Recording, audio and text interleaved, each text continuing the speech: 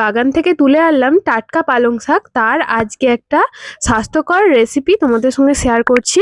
আসসালামু আলাইকুম, আপনারা দেখছেন আবিরা কিচেন। ডাল পালং তো অনেক খেয়েছেন, কিন্তু এইভাবে বানিয়ে দেখুন, আঙুল চেটে খেতে হবে। বেশি কথা বাড়িয়ে লাভ নেই, পালং শাকগুলোকে আগে খড়কাটার মতো কেটে ফেললাম। বললাম বলে কিন্তু খড়কাটার মতন কাটবেন না, পালং শাকগুলোকে ঘুষি ঘুষি করে কেটে নেবেন। জানেন তো, দেশি পালং শাকের স্বাদ আলাদাই বাজারের কেনা পালং শাকের থেকে। এক গামলা জলে পালং শাকগুলোকে ভালোভাবে ধুয়ে নেবো। এরকম ভাবে ঘষে ঘষে ধুয়ে নিতে হবে, যাতে কোনো ধুলো ময়লা না লেগে থাকে। একবারের জায়গায় 2-3 বার ধরেও ধুয়ে নিতে পারো তোমরা। আমি এখানে 3 বার খুব ভালো করে শাকগুলোকে ধুয়ে নিয়েছি। এবার একটা চুপড়িতে ভালো করে শাকগুলোকে তুলে নিয়ে একটু জলটা ঝারিয়ে নেব। আমি আমার প্রয়োজন মতো 100 মুসুর ডাল নিয়েছি। এবার ভালো করে জলে এটাকে ধুয়ে নেব।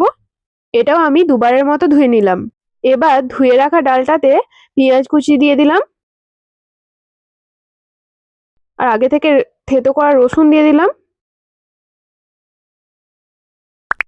হলুদের গুঁড়ো 1 চামচ, আরো একটু দিয়ে দিলাম।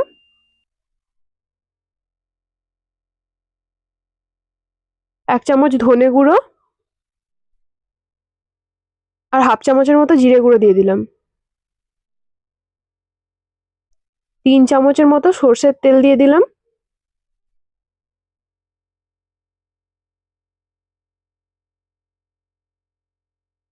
দিয়ে এটাকে ভালো করে মাখিয়ে নিতে হবে, পুরো যেন মিশে যায় সবকিছুই। দিয়ে 1 কাপের মতো জল দিয়ে ভালো করে মিশিয়ে নিতে হবে।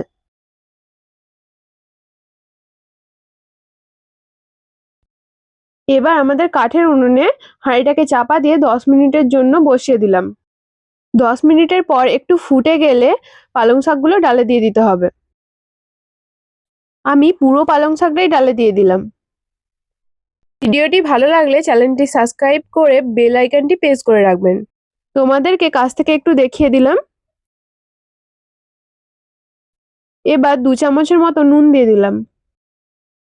এবার 5 মিনিটের মতো চাপা দিয়ে দেবো পালং শাকটা সিদ্ধ হওয়ার জন্য।